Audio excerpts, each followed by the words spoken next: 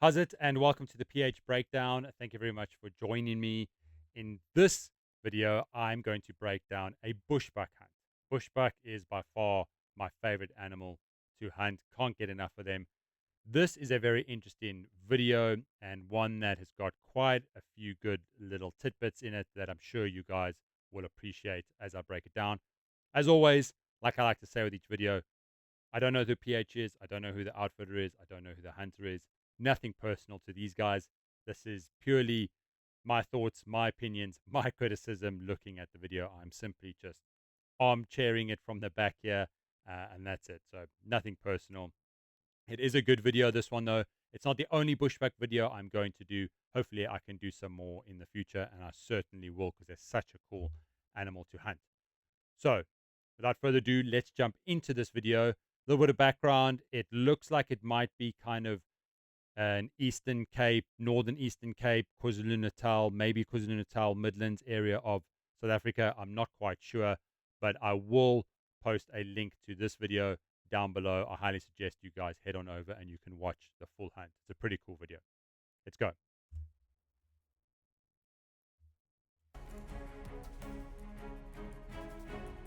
Alrighty, here's a good example. You can see the classic terrain you find for bushback hunting. Open spaces with a lot of thick brush around. So we spotted some bushbuck, probably 10 or 12 of them. Looks like there's a good male. Let's go have a look.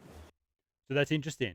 PH is saying that they spotted 10 or 12 bushbuck. That's pretty unusual. Usually you'd find maybe 1, 2 rams, 3, 4 ewes around there. Maybe a lot of the times you just find a solitary male. So to find 10 or 12 that's pretty special. I have seen groups in that number, in that range of the 10, 12, 13, 14, but that's usually in and around places like dairy farms where food sources are really abundant and hunting pressure and predator pressure is really low.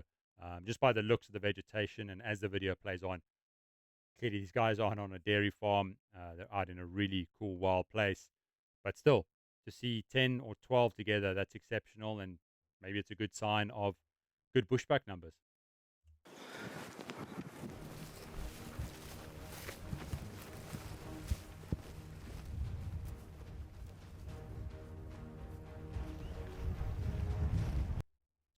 So I've never really been a big fan of carrying rifles on the shoulder with the barrel pointed up. I get it. A lot of the times, if you're out on a stalk, that rifle starts getting pretty heavy and it's just comfortable to rest it on your shoulder. What I would suggest is getting a sling, putting it over the shoulder, carrying it that way. It's a lot safer. Barrel tends to be pointed straight up as opposed to at the back. In situations, especially with this, you got the cameraman, there might be a tracker behind. You never really know. Try and keep that rifle carried either to your side or with the barrel pointing down. But yeah, I've never really been too much of a fan of it over the shoulder pointing up. Try and get that sling. It makes a big difference. Also makes it rest a lot easier on your shoulder, takes the pressure off your arm, and that sling, if you practice enough, could be really helpful to better your aim when shooting your rifle. Yeah, classic sort of bushback environment there, just looking at the vegetation in the background. Really good.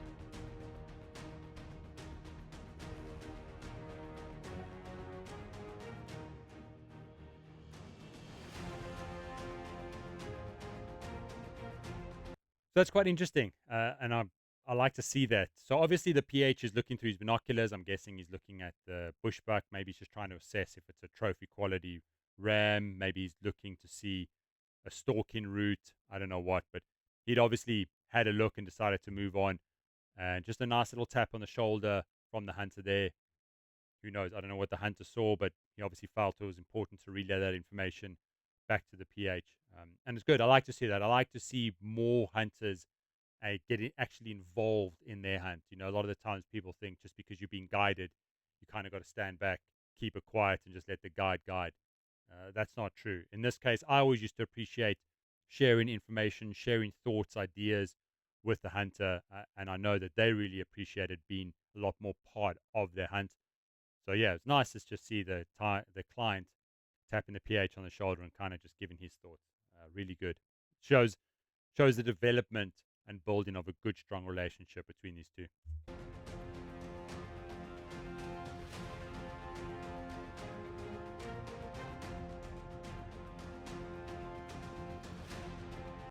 again, looking at the way these two guys are getting nice and close, whispering, sharing information, this is part of bushbuck hunting. You got to be so quiet.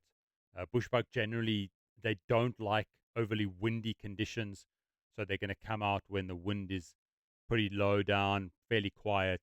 So you've got to be quiet whenever you're talking with your PH, and vice versa, the PH talking to the client. You've got to be so quiet.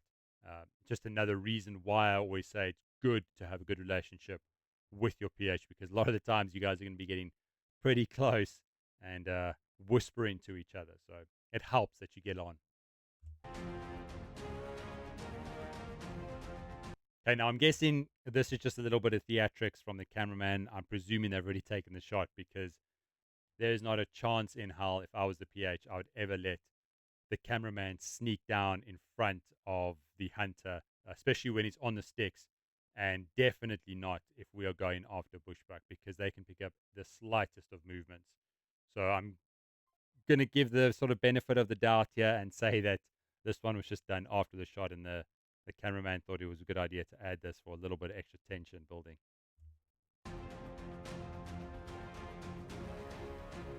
Yeah, nice ram. Real nice ram. Looks like he's opening up broadside. Good shot. Reload. Real good shot. You'll see on the horns. Look at this. It was nice to hear the PH there just quietly saying, okay, reload, reload. You know, not the general shouting or being frantic. He also didn't say whether it was a good shot, high, low, whatever. I'm presuming he just kept his eyes fixed on that bushbuck while he was running. But nonetheless, as we can see, it was a good enough shot, and the ram's down. I just saw the color of him. Look at how smooth he's there. Oh yeah. Nice horn length. Feel that. Very nice bushbuck. Oh, feel the character, yeah. Good sharp tip. Oh, beautiful color. Beauty. There. Very, very nice. Yeah, nice and dark. Got the spots. Beautiful color. Let me just go back a bit there. I think there was a chance where we could see the shot placement. I'll see if I can stop it in time. Beautiful. There we go. Okay, well, yeah, great shot. Looks like he snuck it in just behind the shoulder. The ram was fairly squared up and broadside, maybe just a touch facing away, but that's a good shot nonetheless, just by the looks of the drops of the blood and that little tuft of hair there. So, yeah, good shooting. Beautiful color there, eh? Nice, yeah, nice and dark. Got the spots. Beautiful color. What's this little... it's just the way they... Fold? Yeah. Yeah. Interesting. The client obviously asking why the hair on the back of the bushbuck's neck is balding and kind of falling out there, and the PH kind of said, yeah, it's the way that they are. It's old. I think that's a good opportunity for you to kind of explain a little bit more about their habitat, the environment that they live in, the tick load, the irritation that bushbuck sometimes rub in under the branches and the bushes to get the ticks off, and sometimes it just rubs that hair off. It's nice to just add those extra little bit of details, especially if it is such a characteristical thing like bushbuck have on them. I know probably 95% of the bushbuck I've shot, they all have that balding on the back of their neck just from the irritation of the ticks and walking through the brush all the day. So would have liked it if the PH kind of shared a little bit more information with that. Just going by the sound of his accent, I'm guessing English is probably not his first language, but still, nonetheless, it's always interesting to bring the hunter into a little bit more of a connection with their animal when you point out those specific little characteristics. And later on in down the line, when he is having a taxidermied, and often that type of stuff does get highlighted with the taxidermy because obviously there's no hair there. It's just nice for the client to either relay that story, maybe might be showing some friends it, or just know that, okay, that wasn't hair slip, whatever it may be. I know the reasons behind why there's no hair there on my mount. But nice bushbuck. All right, so very, very nice. Yeah. We're up here a little while ago, about an hour ago, taking photos of the Oribi we got, and we were loading it up, and we looked across the ridge back in here and seen about 12 or 14 bushbucks, and very, very picked nice. This one out of Beautiful the group. coat. He Love was the spot. mature. We were kind of decide which we're going to take him or not, but I think the color was the deciding factor on him. And nice, mature. I mean, he's a good, but a lot of character. Yeah, he's got a good character and color and good Cape bushbuck for this area. So Yeah, Made made a a perfect shot. Made a shot on him. He ran probably Oh, 70, interesting. 50, 70. Very interesting. I don't know if you guys noticed there on that slow-mo. Let me see if I can go back. I'll play it one more time, and then I'll play it back again, and I'll tell you what I noticed. Let's see if you guys can pick it up. So there's the slow motion impact Cape shot Bushbuck for on this the area. Bushbuck. So Yeah, Made made a a perfect shot. made a shot on him. He ran probably 70, 50, 75 yards. You guys noticed that? Okay, I'm going to go back, and then I'm going to see if I can stop it on the exact moment that I noticed. Perfect shot. Made a shot on him. He There. Okay. I don't know if you guys can see because of the way that I've got the smaller screen here in, but again, I highly recommend click on the link below. Go have a look at this video yourself, and you'll get a better vision and understanding of what I'm talking about. So if you can see directly up above the bushbuck's horns, you can see there's that cloud of dust, that puff there. And if you look directly down below that bushbuck's, straight down from his chin, almost in line with his front hoof there, there's another little kicking up of dust there. That tells me that that bullet failed upon impact and obviously fragmented. Again, I don't know what caliber they're using. I don't know what bullet they're using. They didn't say in the video. So I don't know if maybe it did perform the way it should, or maybe it did fail. I'm going to go with the fact that it failed just by the fact that there's a big deviation in the flight of the bullet from so high up above the bushbuck's head and another one down below it that you can tell that that bullet definitely fragmented. I don't think it broke up once it hit the shoulder blade or any bones, just from the fact that that bushbuck ran pretty hard after the shot. So yeah, just interesting little things to notice when you have something like this on video. Otherwise, you wouldn't really notice it much. Or, okay, this bushbuck definitely reacted to the shot, but sometimes you punch through a soft animal and you see that cloud of dust up at top, and you think, oh, I missed it because clearly the bullet hit high up. Not always the case. Could be a fragmentation of the bullet. So very interesting point. He ran probably 70, There 50, you can see. 75 That's a big yards chunk of the and bullet that hit high up there. expired, and here he is. Well done. Great shooting. Yep. Well done. Fantastic, you. Graham. Really, really for nice. the spotting and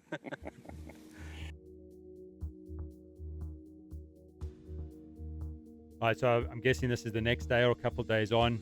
Seems like the guy's moving to a different area here and gearing up for another hunt.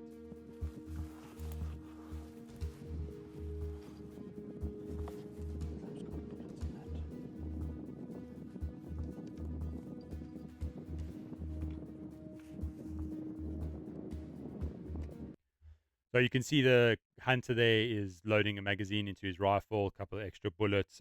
Probably would have preferred the PH just to stand back a little bit other way and just let him do it safely and with that barrel pointed way off into the distance there. Maybe he's a little bit eager to get going, but these are the little moments. Maybe I'm guessing they've spotted an animal, they want to get on it. Client just needs to load his rifle.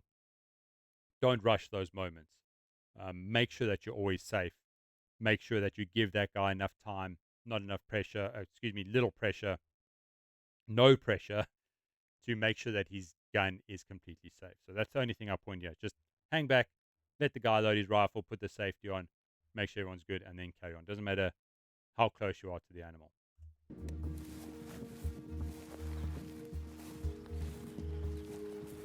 A little bit of Scottish thistle there. Again, the barrel up. I mean, I'm sure it's probably safe. Maybe that's something he's chatted with the PH. I don't know. Me preferably, I would kind of always like it pointed either to the side or down. Some guys may even say, well, there's a good chance that it could hit you in the back of the leg, or if it goes off, it's going to be shooting in the ground right next to you. Good points either side. It was just a preference of mine.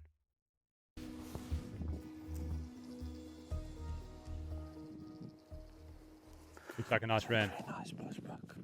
Looks like a really nice bushbuck. She might see us.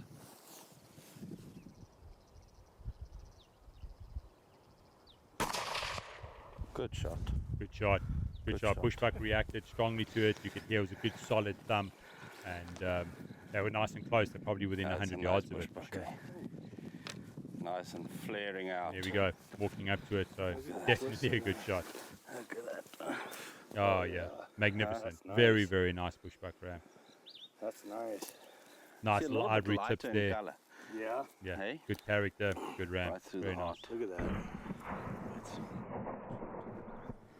Good shot. beautiful. Probably a touch high up Well on the done. shoulder, Thank you. but that's the reaction you want Well from an done. animal like Got that. a little- Very good. Actually came out looking for mountain reedbuck. But Nice you ram. know how it goes when you're hunting. Plans nice change. We saw this or spotted this bushbuck. So that's it. The guys went out for mountain reedbuck, came back with another bushbuck. Just exceptional. You know, to get two good quality bushbuck rams like that on one trip is phenomenal. And I don't think many people would want to pass up on either one of those rams. So congratulations to the PH. Congratulations to the hunter. Great little video. And looks like you guys had a great trip. Well, that's it. Listen, if anybody has any cool videos or anything you'd like me to do a PH breakdown on, feel free to get in contact with me. You can either leave a request or link in the comments down below, and I'll get back to you. For those of you that aren't aware, feel free to get onto the Round the Fire podcast. You can find it on Spotify. You can find it on this YouTube channel. You can find it on Apple Podcasts. You can find it just about anywhere. Google Round the Fire podcast, and it should pop up. I hope you guys enjoyed this video of the PH breakdown with a bushbuck. I certainly enjoyed watching it, brought back a lot of memories for me, and I will certainly do some more in the future. Thanks for watching. Cheers.